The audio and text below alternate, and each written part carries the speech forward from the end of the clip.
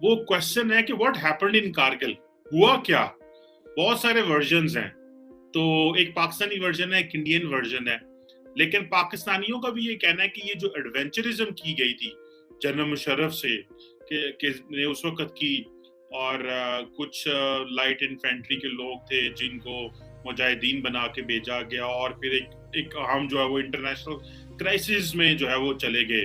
तो आप कैसे देखते हैं इतने साल गुजरने। जय हिंद दोस्तों, मैं महेंद्र शर्मा स्वागत करता हूं वन वर्ल्ड हिंदी में आपका। उम्मीद करता हूं आप खुश और स्वस्थ हैं। दोस्तों आइए दिखाते हैं पाक मीडिया के कुछ लेटेस्ट डिबेट जिसमें कैसे डिस्कशन किया गया है 1999 के कारगिल युद्ध के बारे में। तो कहीं ना कहीं आज पूरे पाकिस्तानी मीडिया ने भी ये एग्री कर लिया है कि पाकिस्तान ने 1999 में कारगिल में अपनी पटकनी खाई थी, जबकि पाकिस्तान के जितने भी बुद्धिजीवी है वो कभी भी कारगिल युद्ध का रिजल्ट कभी भी डिस्कस करना ही नहीं चाहते हैं। जबकि आज इस पाकिस्तान के इतिहासकार ने सच सच बता के कैसे भारत की डिप्लोमेसी उस समय भी इतनी स्ट्रॉन्ग थी कि पूरा विश्व उसके आगे झुकता था। तो कहीं ना कहीं आज पूरा पाकिस्तान ऐसी त्रासदी में आ चुका है कि उस युद्ध के बाद में कि पाकिस्तान अपने आप को संभाल नहीं पा रहा है, जबकि भारत इतनी ग्रोथ कर गया है इसमें कि किसी के हाथ नहीं आने वाला है। तो दोस्तों देखिए डिबेट और कमेंट में अपनी प्रतिक्रिया जरूर दें। लास्ट में आपसे रिक्वेस्ट करूंगा, चैनल पर नए हैं तो चैनल को सबसे पहले सब्सक्राइब करें, लाइक शेयर कमेंट जरूर करें। दोस्तों जय हिंद, वंदे मातरम, भारत माता की जय। दोस्तों वो क्वेश्चन है कि व्हाट हैपेंड इन कारगिल, हुआ क्या।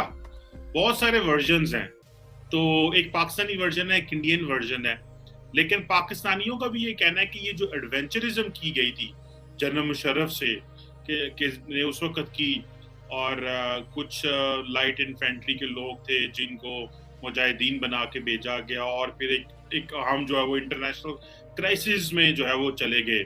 तो आप कैसे देखते हैं इतने साल गुजरने के बाद पाकिस्तान में कभी कारगिल की बात नहीं हुई? क्या समझते हैं हुआ क्या था, और हमने उस कारगिल के लेसन से क्या सीखा? आखिरी जो आपका सवाल था उससे तो कुछ नहीं सीखा, नो नथिंग, क्योंकि उसको फॉलो अप भी अगर किया जाए तो पठानकोट है और भी इंसिडेंट है। लेकिन पाकिस्तान के जितने भी ब्लंडर्स हैं ना, उनमें सबसे बड़ा ब्लंडर कारगिल है। मैं कहता हूँ सारी दुनिया में पाकिस्तान का जो ग्राफ है ना क्रेडिबिलिटी का, कारगिल के बाद गिरा है। और तो और कारगिल के अंदर ऑल वेदर फ्रेंड चाइना ने भी पाकिस्तान की मदद नहीं की। So that was total isolation of Pakistan. हुआ क्या हुआ, ऐसे देखे थोड़ी सी बैकग्राउंड तो देखनी पड़ेगी ना, जी बिल्कुल। कि आप खुद बहुत बड़े एनालिस्ट हैं। इंटरनेशनल जो फैसले होते हैं ना, एग्रीमेंट्स होते तो गवर्नमेंट्स करती हैं, लेकिन वो स्टेट के नाम पे होती हैं। The Republic of India and the Islamic Republic of Pakistan की जो गवर्नमेंट्स हैं वो उनकी रिप्रेजेंटेटिव है। तो इसकी बैकग्राउंड ये है कि 98 मई में इंडिया ने अपने न्यूक्लियर जो डिवाइसेस हैं वो टेस्ट किए। उसी महीने के आखिर में पाकिस्तान ने किए। तो इस इलाके की जो है ना सिक्योरिटी और फीलिंग ऑफ इनसिक्योरिटी, ये सारा कुछ जो है एक और लेवल पे पहुंच गया, क्योंकि once nuclear weapons are introduced in an area of tension जो है, तो नेचर ऑफ कॉन्फ्लिक्ट बहुत ज़्यादा सीरियस हो जाता है। साथ साथ सार्क का भी एक काम चल रहा था, और पहले इंदर कुमार गुजराल और प्राइम मिनिस्टर क्या कहते हैं नवाज शरीफ मिले थे। बाद में जब बीजेपी की हुकूमत इलेक्ट हो गई तो उनके पास बहुत बड़ा मैंडेट था। बाद में न्यूक्लियर वेपन्स दोनों तरफ से टेस्ट हो गए थे। इन हालात में जब सार्क की एक मीटिंग में प्राइम मिनिस्टर अपना नवाज शरीफ और प्राइम मिनिस्टर अटल बिहारी वाजपेयी की मुलाकात हुई, तो वहाँ पे within the SAARC charter इनकी एक डिसीजन हुई कि we will meet to bring to end the era of conflict, और अब इंडिया और पाकिस्तान कोऑपरेशन के जरिए including Kashmir and all other disputes resolve करेंगे। और इसके बाद आप जानते हैं फरवरी 1999 में एक बहुत ज़बरदस्त उनका डेलीगेशन आया चीमा साहब, उसके अंदर वेस्ट पंजाब से गए हुए जो पुराने थे ना लोग, बहुत थे उस डेलीगेशन के अंदर। राइटर्स थे, फिल्म एक्टर्स थे, सिंगर्स थे, मसलन Devanand, government college, matinee, hero, Mahendra Kapoor, बहुत बड़े सिंगर हुए हैं, रफ़ी साहब की तरह उनके वो अपना शागिर्द थे।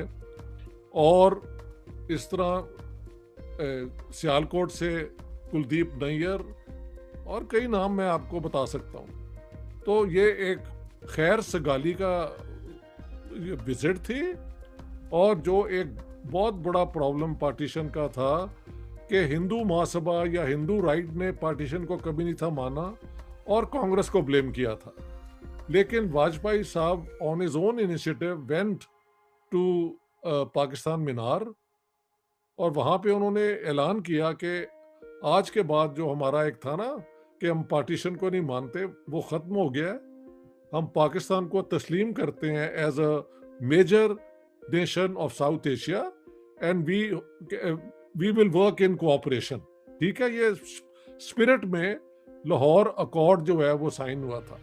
अब चीमा साहब, जब आपकी गवर्नमेंट ने ये साइन कर दिया, तो under no rule of international law, no rule of क्या कहते हैं ऑर्डिनरी मोरालिटी, एथिक्स, जो भी आप कि आप इन सब चीज़ों के होते हुए अपनी हुकूमत को ही सैबोटाज करें, और वो कारगिल में जाके आप मुजाहिदीन पाकिस्तान के जो हैं ट्रूप्स, मुजाहिदीन का वो पहन पून के लाइट इन्फेंट्री जैसे आप बता रहे हैं, ये वहाँ पे चले गए और इन्होंने ऑक्यूपाई कर लिए वो बंकर्स जो इंडियन जो हैं सर्दियों के अंदर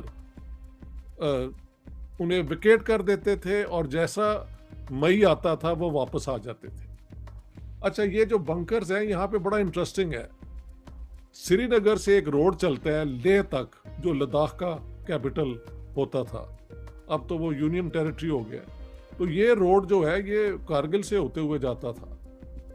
तो पाकिस्तान के परवेज़ मुशर्रफ और उनके वो लेफ्टिनेंट जनरल पता नहीं अब्दुल अजीज़ या वटेवर, ये 2-3 जनरल्स ने मिलके ये प्लान किया और एक फैट अकॉम्पली अपनी तरफ से दिखाया, यानी वो चीज़ जो हो गई। लेकिन मई में ये शुरू हुआ पकड़े, यानी इधर ये बातें हो रही थी और ये उधर लोग भेज रहे थे।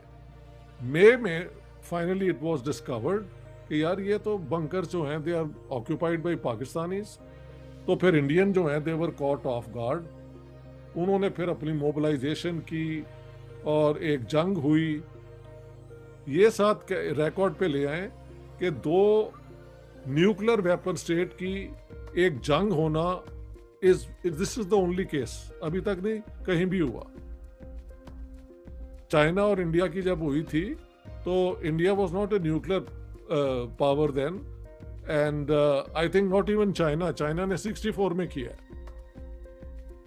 तो हिस्ट्री में 2 nuclear powers going to war, although this was a mini war और कन्वेंशनल वेपन्स इस्तेमाल हुए, लेकिन उनके पास आर्सेनल तो था ना हथियार। तो ये कारगिल की एक बैकग्राउंड